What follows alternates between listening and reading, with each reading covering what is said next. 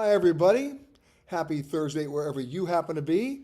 Let me tell you where we happen to be for our global travel update.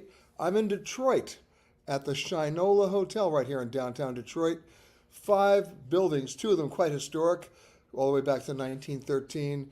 One of the new lifestyle hotels. They've done a great job in terms of design, materials, fabrics, and of course, I'm a Shinola freak anyway. I love their watches and a few other things, so I'm feeling right at home here. We're actually shooting one of my television specials for PBS here and staying at the hotel at the same time. But of course, now joining you for the global travel update.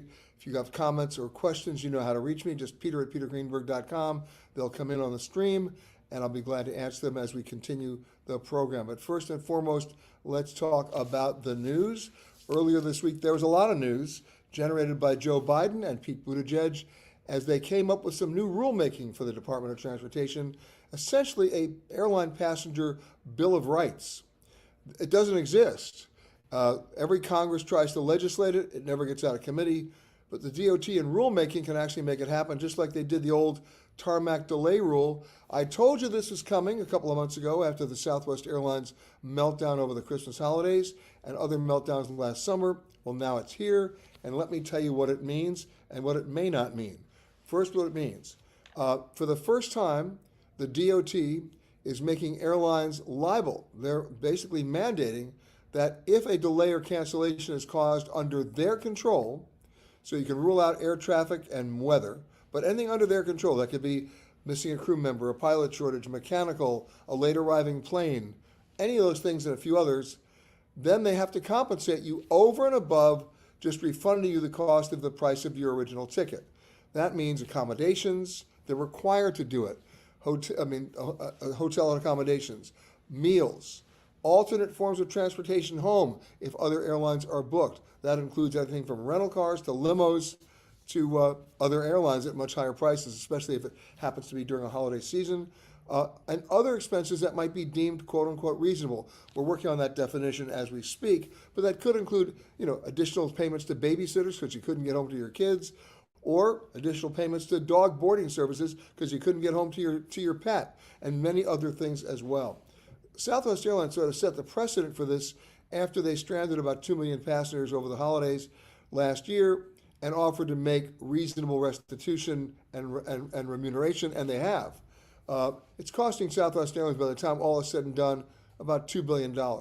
That's lost revenue plus the reimbursements that they gave. And so the Department of Transportation rule that's being proposed is sort of paralleling what Southwest Airlines has already done. Now, remember, the fact that Pete Buttigieg, the Department of Transportation Secretary, and Joe Biden announced this on Monday doesn't mean it goes into effect today or overnight. No, not even close.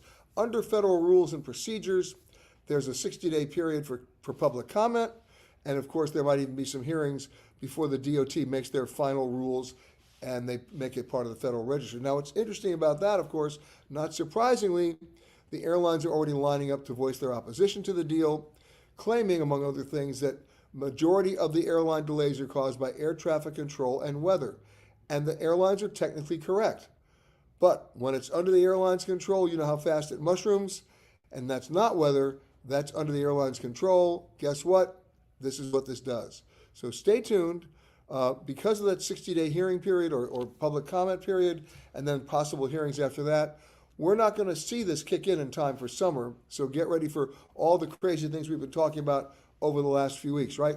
Air traffic controller shortages, airlines cutting their flights, TSA announcing longer lines at security checkpoints, American Airlines pilots voting to authorize the strike. They haven't struck yet, but they've authorized it. And Southwest Airlines pilots about to do the same. And we haven't even thrown in weather. And the fact that travel demand right now is already exceeding 2019 levels.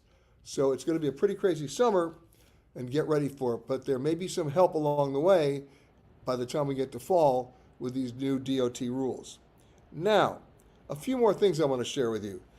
And it gets down to how on-time performance is calculated by airlines and what the DOT accepts for on-time performance, whether on-time performance in terms of how fast the airline pushes their plane out or how fast when it arrives at its destination, it gets to the gate.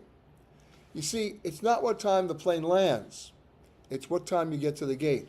I was on a flight last week. We waited 1 hour after we landed to get to the gate. That was at JFK. I was on another flight that once we got to the gate, I wanted to figure out how long it took to just get off the plane. So I took out my stopwatch and I started the ticking from the moment the door was opened, even though it took us a while to get to the gate. From the moment the door was opened, it was on a 737. I may have mentioned this last week, but it bears repeating. With a full flight, 180 people crammed in there with their knees against their necks. How long did it take people on average to get off the plane? 23 minutes. And these were people who may have had a connect time of only 33 minutes. Ridiculous, unrealistic, suicidal, delusional, all of the above. When we get into the summer months, we need the DOT to weigh in on basically identifying and then punishing, you heard me, airlines that knowingly publish a schedule that when they publish it, they already know they cannot support it. It won't work. And yet you guys are buying tickets based on faith and trust that the airlines know what they're doing when they list a departure time, or worse, a connect time. So I've said it for the last 8 weeks. I'm going to continue to say it. When you go online to make your reservations, which I don't, by the way, recommend. I'm a big fan of researching on the web, but not necessarily booking on the web.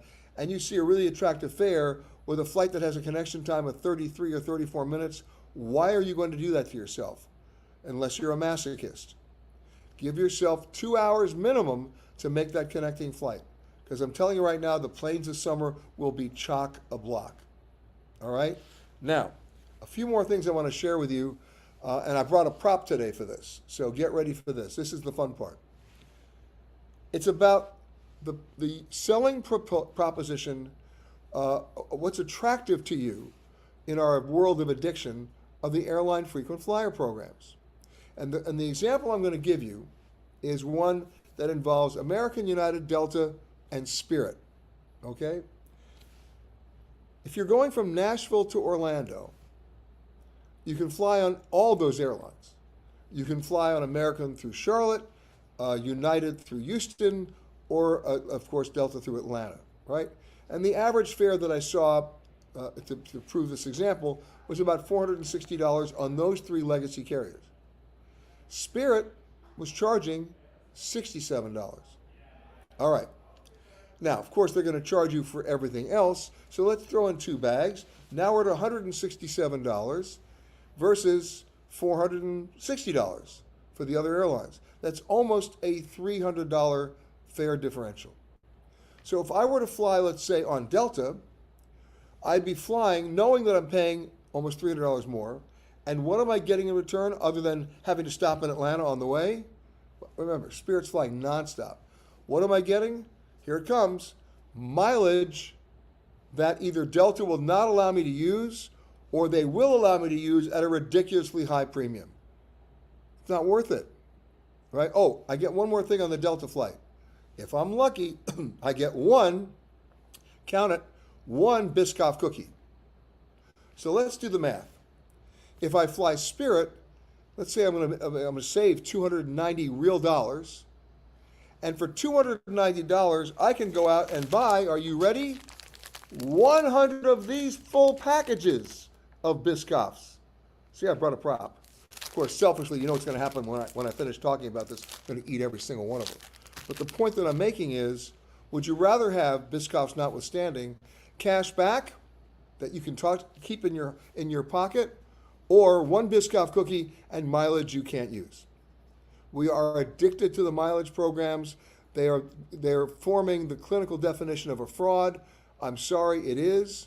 Now, I know the airlines will claim, and by the way, I'm sure they have the figures to back it up, and I looked at their 10-K reports that they file with the Securities and Exchange Commission, because they have a paragraph in there of two things. One, the contingent liability they carry on your book, that they carry on their books for all the unredeemed miles that their members have earned but have not redeemed. So they are officially a liability, but they're not. It's phony, because the airlines control the redemption.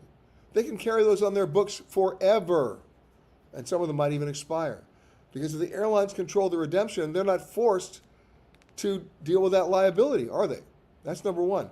The second thing they put in their 10-K report is that I'm giving you an average, 1.8 million frequent flyer awards were claimed by their members. One of the airlines said that. Okay, and I believe that, right? But how many miles were earned by their members that they couldn't redeem? That's the point. That's what they're not telling you. I will tell you this. If you add up the number of unredeemed miles earned by you, me, and everybody we know, and when I say everybody we know, you know how many frequent flyer accounts there are in this country? Over 320 million. That's just short of the entire population of this country, which means most people are members of more than one. I get that. So much for your loyalty. But at 1.8 million awards redeemed and 320 million frequent flyer accounts, you do the math about how many people are not redeeming their awards because they literally cannot do so. They either don't have enough miles because the airlines keep upping the ante. Do you remember a couple of weeks ago when Delta Airlines wanted to charge me 749,000 miles for one business class ticket between Atlanta and Santiago in Chile? All right, so they either can't afford the miles because they're too expensive, or the airline just won't release the mileage because the flights are already full. We've reached the tipping point, right, where every plane is full. The airlines don't have an incentive to displace a revenue passenger anyway to redeem your miles. And right now, why would they if they're making all this money? So it's not really a frequent flyer program. It's a frequent abused flyer program, right, which gets into the clinical definition of what addiction really is. You're addicted to the program. Oh, by the way, so are the airlines. But they're making money on the deal. They make more money from the frequent flyer programs than they make as airlines, right? So they're addicted one way. So are the banks that buy the mileage from them, because the banks know when the airlines sell them the miles, airlines know it too, and the banks buy the miles, they know that their redemption rate is about 8%. That means 92% of the miles being earned are not being used. Mafia loan sharks do not get this rate of return. And that's where we are right now. So while the DOT is looking right now at a passenger bill of rights for airlines, and they're looking at the investigation of how airlines do their schedule, they might also want to take a look at how the airlines are managing their frequent flyer programs in a way that is not conducive to true loyalty, unless you happen to be loyal to the banks, not to your passengers. All right, that's my diatribe on that. I also put out a question this week, and a lot of you responded, and that question was, tell me your worst airline delay experience. All right, what was the longest delay you ever experienced? And you guys all chipped in on this. John said, Qantas out of LAX, 6 hours on the runway while they fixed an engine problem. Then they made us line up at the gate again. My earliest redirect was 48 hours later, but not to Brisbane, not to Melbourne, but to Brisbane. Plus, no longer an aisle seat, but oh my goodness, a middle seat. One of my fondest experiences in the last 10 years was flying back from Sydney to Los Angeles with my wife in seat 53J. You know what that is? The dreaded middle seat. You watch one movie and you figure, okay, are we there yet? Nope. You watch the second movie, you slide into coma. You watch the fourth movie. By the fifth movie, you're basically having delusions that you're actually flying the plane, and then nobody hears from you for the next 3 days. So I understand about delays. But then after all of that, to be stuck in the middle seat, John, I'm so sorry about that. Aaron says 6 hours sitting on the runway in Duluth, Minnesota because of fog in Minneapolis. Okay, weather happens.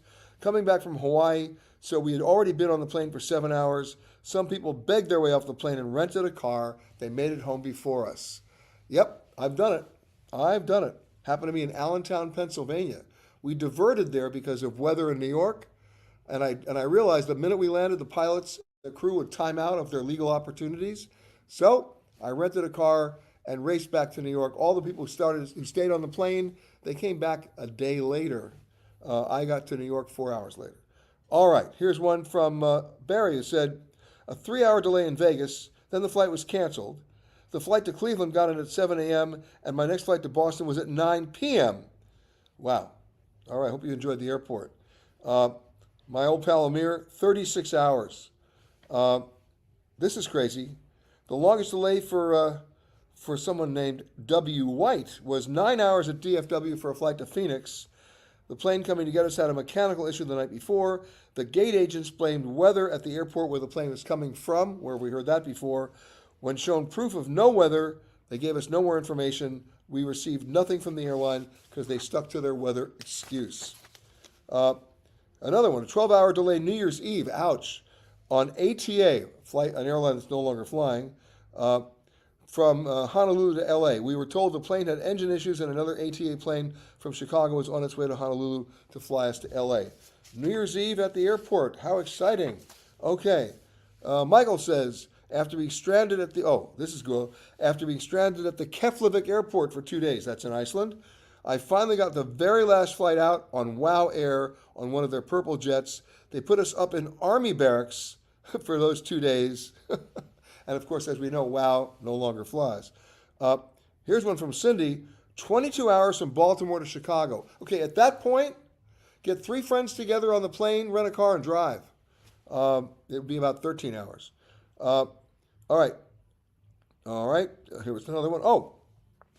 3 days at Denver for Bert in 2006. Sue says 8 hours plus Dublin to Chicago. Yikes. All right, but you all made it. But for those of you who talk to me about being stranded for 5 hours, were you stranded for 5 hours at the gate or 5 hours on the tarmac? Because if it was tarmac, then that 3-hour tarmac delay rule kicks in, and you may have some recourse there. Okay, there you go. Okay, now I have a fun little photo to share with you. Earlier this week, I'm going to get some water here. Earlier this week, I was in New York for a function from the University of Wisconsin Alumni Association. As many of you know, I'm a Badger, and I was there to support a great Badger, Kathy Chazen, and she was named the Badger of the Year, and it was a great turnout. But guess who showed up? Run the picture. Can anybody identify who's in the picture with me? I can. He went to the University of Wisconsin as well. Didn't graduate, but he decided he wanted to get into music instead. He was playing in Madison all the time he was there, by the way. That, ladies and gentlemen, is Steve Miller. And guess who Steve was hanging out with in Madison? Boz Scaggs and Ben Sidran. Great stuff, great memories, great to see him. And he's still playing, ladies and gentlemen. So I just wanted to share that with you. Let's go down and scroll and say hi to some folks here. I'm going to scroll up first. A lot of people are checking in. Okay. Scott says, which company gives the best bang for the buck in Antarctica? Environmentally sustainable. I have looked at Swoop, Hurtigruten, G Adventures, and Intrepid so far. I would be leaving from Toronto and would likely stay a night or two on each end of the tour. Okay, well, first of all, you want to do a cruise ship. That's what you're saying. No problem. I love Hurtigruten. They have a very environmentally favorable cruise ship now. It's like a hybrid. Silversea's got some new ships entering the market that will be doing great expeditions there. In fact, I was on one recently. I can tell you it was amazing. It's a little more pricey, but you know what? It's worth it. Keep in mind, you want to make sure you're on an expedition ship and not just a cruise ship, because an expedition ship will actually get you into Antarctica, right? They're fully equipped with all the zodiacs and kayaks and water toys. Even some have submarines. They are very responsible. They scout everything out because so many of the charts are outdated, and they're constantly updating them. And if you want a great experience and you're going to do a cruise ship and you want to make it environmentally responsible, you also have to make it environmentally responsible on land and not just at sea. And both Hurtigruten and Silversea do just that. So those would be my recommendations. Hi, Lori, and Michael is saying hi again from Lima, Ohio. I keep doing that to you. Colleen says, greetings from the Lyon Marriott, next door to the Interpol headquarters. Okay, red notice, folks, where they just announced that law enforcement has arrested 60 people and recovered 11,049 stolen artifacts as part of a major international art trafficking crackdown across 14 Interpol member countries. We are actually doing a project for one of my shows on PBS called Provenance on all the stolen artifacts around the world and the fight to return them. the swashbucklers and the adventurers who stole them, and the swashbucklers and the adventurers who got them back. So stay tuned for that. All right, keeping down. Patrick saying hello from San Francisco. Gail saying hi from sunny Pennsylvania.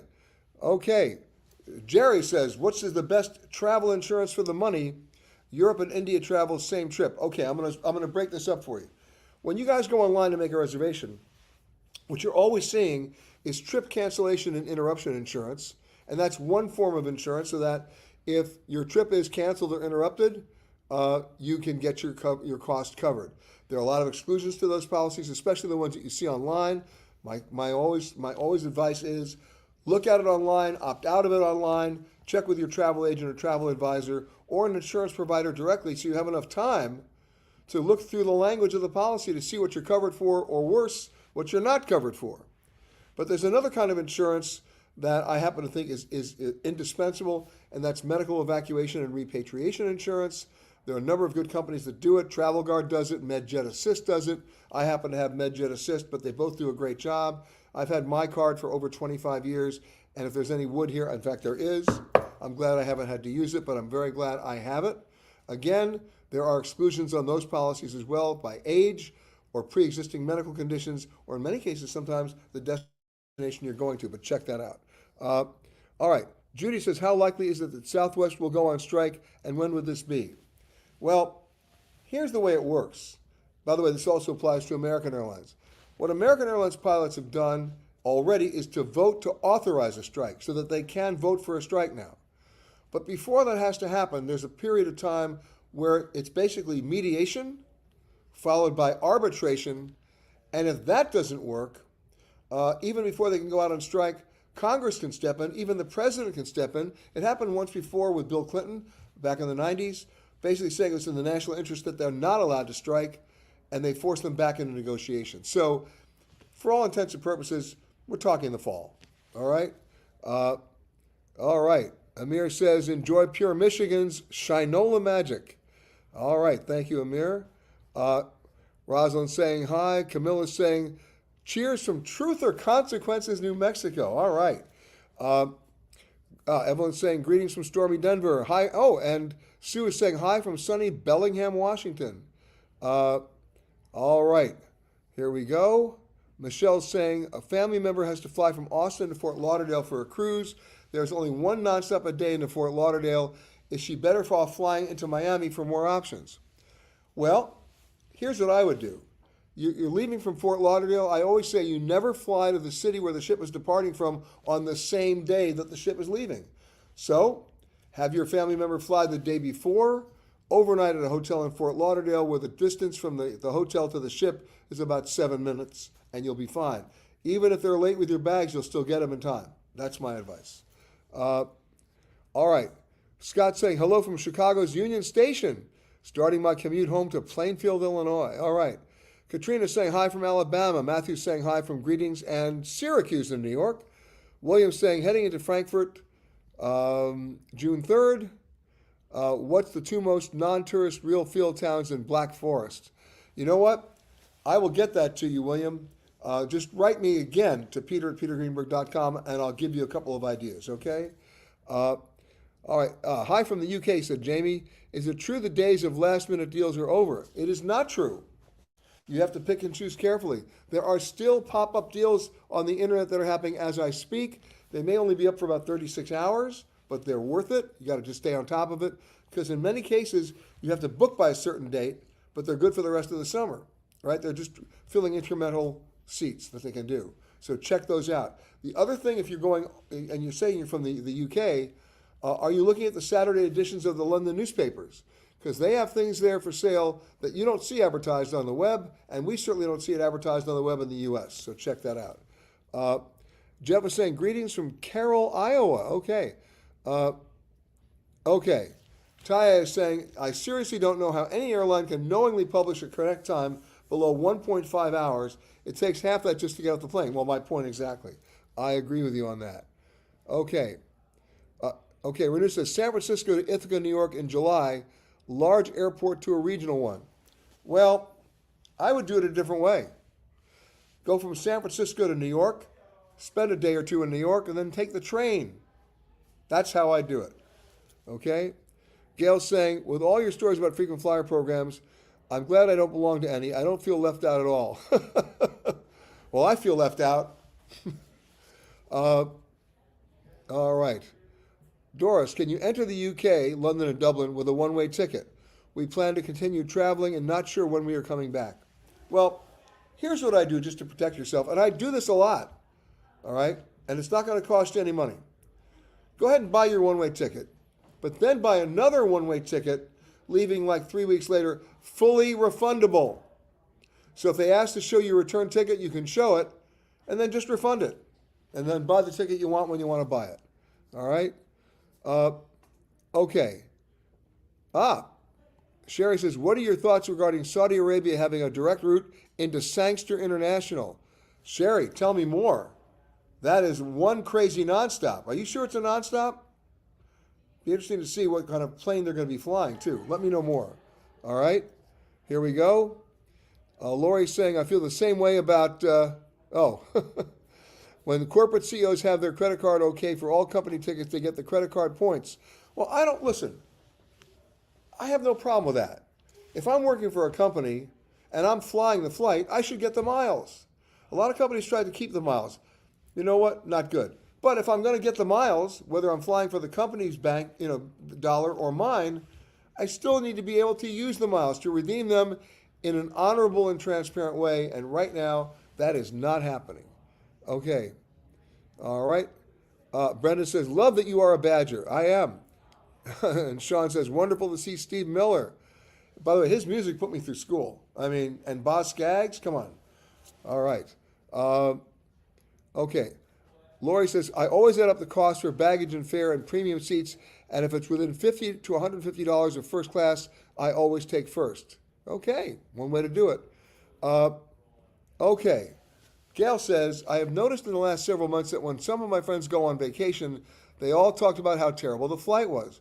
When asked if they had a good time, all they say is yes, and then go on complaining about the flights. Well, the reason why they go on complaining about the flight scale is because they had a terrible time on the flights. You remember the old line, getting there is half the fun? No, it's not. No, it is not. Many airlines treat us as self-loading cargo. That's why we talk about this every week. So, look, if they had a great time once they got there, it's great. It's interesting. I think hotels and resorts are in the most enviable position because so many people are beaten up by the airlines that if the person at the front desk just says, welcome, they will marry you because they arrive as refugees from their flights. I think I'm making it up. I'm not. All right, let's keep going. Greetings from Harriet and Jim from Savannah, Georgia. Miriam's watching from Morocco. All right. All right, let's go back up here. I'm going to sneak right back over. Give me a second here. Okay. All right. Okay. Robert's saying American Airlines has those short connection times. I know they do. It's crazy. My good friend David Kennerly is on board here. One of the all-time great photographers in the world, or should I say Pulitzer Prize winning David Kennerly. He would be angry if I didn't say that. Nice to hear from you, David. And you should check him out online. Amazing, amazing photographer. And I've had the chance of traveling with David around the world and look forward to doing it again soon. All right, now, let's go to the photo of the week. Let's do it. It's coming up. You know where this is. It's Budapest, guys. Beautiful what they do in Budapest at night. Jeff Keith took the picture. He says, we recently completed an outstanding Danube River cruise on Viking, my first river cruise ever and my first time with Viking. High expectations were met. Our last hotel was the Budapest Hilton in the Buda Castle district, a UNESCO World Heritage Site. This is the amazing view out of our room looking across the Danube at the Hungarian Parliament, which they light up every night, which is so great, plus the iconic Fisherman's Bastion Monument. Our travels throughout this amazing city also included a must-stop at the elegant New York Cafe. And, here's a tip, he says, pay the €5 and skip the line. Gee, it may not be crowded, but there it is. But here's the cool thing about this. The nighttime lights in Budapest are worth every penny because when the sun comes up, you make one sort of frustrating discovery. Here it comes. The Danube is not blue. I still love it though. Uh, I remember a story in fact, I stayed in that hotel, the Budapest Hilton. I was sent over there many, many years ago to do the cover story on director John Huston for Rolling Stone magazine. And he was there doing a movie in Budapest called Victory, starring Pele and, here it comes, Sylvester Stallone. And the way John Huston was directing the movie, he never left the hotel. He'd look at sight, says, that's fine. He was just doing this movie for the money, trust me. But I got suckered in. In those days, the Hungarian forint was not a hard currency. So if you ever changed dollars for forints, you could only change less money when you left. You couldn't change more because they wanted to hold on to all the dollars they could. Well, the day I was about to leave, the next morning, the director said to me, John Huston, we're having a friendly little poker game tonight. Would you like to play? Okay. Well, I walked in, and this poker game went until 5 in the morning. Crazy thing happened. At 5 in the morning, the two big winners were me and John Huston. Here's the problem. I had an unbelievable amount of useless Hungarian forints, and I was leaving the country. And the crew knew it, and they waited outside the door, and they paid me 20 cents on the dollar. They knew it. They set me up. Anyway, Hungary is amazing. Another funny story about that movie, at least 5 members of the crew met and married Hungarian women during the movie. Tell that to Zsa Zsa Gabor. Okay. Anyway, other people sent in some questions, so let me get to them right now. Give me a second. We're going to find them. And here they are. All right, from Michael. Why would Europe mandate visas? It could seriously jeopardize their tourism. What Michael is talking about is something, a new visa program that's been announced, but they kicked the can down the road already. It's sort of like Real ID in the U.S. We were about to be required this summer to actually register and pay for a visa to go to the European Union. Do not worry, it's not going to happen this summer. They've kicked it down the road. Okay. Carol says, are there places that the handicapped, walker, or wheelchair folks can visit? Yes, there are, especially in the United States where the ADA has mandated so many ramps and accessible paths. But there's a group called SATH, the Society for Accessible Travel for Handicapped. They have a great resource that will list to you the accessible, friendly hotels, attractions, not just in the United States, but around the world. So check them out. Okay, Jane says, what is the biggest cruise line ship right now? Well, it's going to be one of the big Royal Caribbean ships. And if you add the maximum number of passengers plus crew, you're at about 9,000. Now, I used to joke that ships that large probably have a high crime area on board. Don't get angry at me, cruise lines. Think about it, bigger than some small towns, but that's the number of people you're seeing on those big ships like the Allure of the Sea and many of the other ones. They've got about 3 or 4 huge ships right now, and they take the cake for the most number of people on board, meaning passengers and crew. All right, Paul asks, how do you feel about companies like JetSet? How are they allowed with their carbon footprints? Paul, I have no idea what you're meaning. Please send me to another line to peter@petergreenberg.com and elaborate on that, please. Lindsay says, I read that travel will be a nightmare this summer. Well, you didn't read it. I've been telling you that, right? Do you have any good news for those of us who haven't booked our summer vacations yet? I do. Look, it's going to be crazy. National parks are going to be overcrowded. Some of them are taking reservations. Some of them are basically cutting themselves off. They can't handle the load. So look at state parks. There's so many great ones around the country. And then if you're going overseas, do yourself a favor and get the Saturday edition of the Sunday newspapers from London. That's when they run their travel sections where they have their advertisements. You will see flights advertised there that are not advertised in the U.S. that of course you can buy as long as you're going through one of the airports in London to fly there. Also from Paris. So the smart thing to do is to fly to London, take the train to Paris, and then start your trip by train all the way through Europe. You'll save a lot of money, right? And then don't come back home from London. They'll hit you with a ridiculous user tax. Come back from another city. So it's called an open jaw ticket. You fly to London, take the train over, and complete that with a flight back from somewhere else in Europe. You'll be okay. Okay.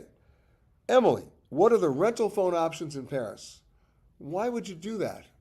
Right now, there's so many great phone deals out there that will include an international plan. And the one that I love the best happens to be T-Mobile.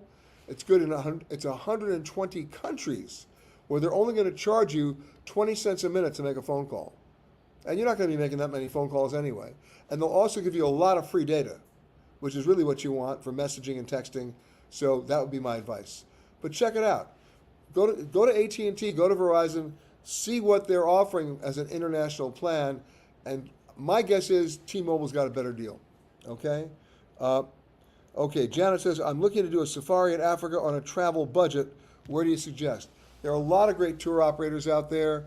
One that I really particularly like is Mikado, M-I-C-A-T-O. A pricier one would be Abercrombie and Kent, but they do a great job, and they do it the right way. All right. Eric says, of all the European cities this summer, do we think London will be the busiest to visit? Well, it was certainly the busiest to visit last week during the coronation, right? I mean, that was crazy. But we're not anticipating any more weddings, funerals, or coronations for the summer. I think you'll be okay, except if you're going during the Wimbledon week. It will be busy, but guess what? It will not outpace places like Paris. Remember, France is the #1 choice of American travelers when they go overseas. So now you know about that. Let me scroll down one more second and see who else has chimed in here. Give me 1 second here. We're going to scroll down. All right, Bill's saying hi from New Hope, Pennsylvania. Okay, here's a question from Harriet and Jim. Do I have any plans to visit Japan? We are going in September. Well, here's something you should know. Japan right now is overflowing. Hotels are at 100% occupancy. You might want to wait until September, all right? But right now it's messy. Okay, Boston Bob says, thanks for your tip on providing $2 bill tips. They did craft many smiles, chats, and memories. I'm a big fan of the $2 bill. And for one other reason, it's not just smiles and memories. You said it there, chats, conversations. And what comes out of those conversations can only be beneficial. Okay. Okay, here we go. I'm still looking for the last ones here. Tony says, I remember when flying during holidays was cheap. Now it seems higher than ever. When did everything change? Very simple. When everybody decided they all wanted to travel at the same time. Remember what happened during the pandemic. A lot of people were confronted with their own mortality. Either they got COVID and survived, a family member or a loved one did or didn't survive, and it registered. And so when people were then allowed to travel, they had already made another decision. Not to be focused that much on material items. They weren't buying new cars, new clothes, new jewelry, new electronic items. They wanted to buy new experiences because there was a ticking clock, a sort of Last Supper mentality that they figured if they didn't go now, they were never going to go. That's what's contributing to this, just so you know. All right. A couple of other housekeeping notes. Of course, listen in on Saturday. Our radio show coming from a different destination, which happens to start with the same letter, D, but not Detroit. Of course, Hidden Ireland is on the air right now, along with Hidden Aegean. I hope you'll get a chance to watch it on PBS as well as Amazon Prime and Apple TV+. Next week, we're coming from a wild location, not in this country. That's all I'm going to tell you. So check out our time. It'll be Thursday again as we do our global travel update. And of course, everybody have a great weekend. I'll see you on the radio. I'll see you next week. And of course, Anthony, for doing all the work here in Detroit. Thank you very much as well. We'll see you next week, guys. And in the meantime, go ahead and continue to email me, peter@petergreenberg.com, because if I can't answer you today, we'll answer you on the radio. Bye, everybody.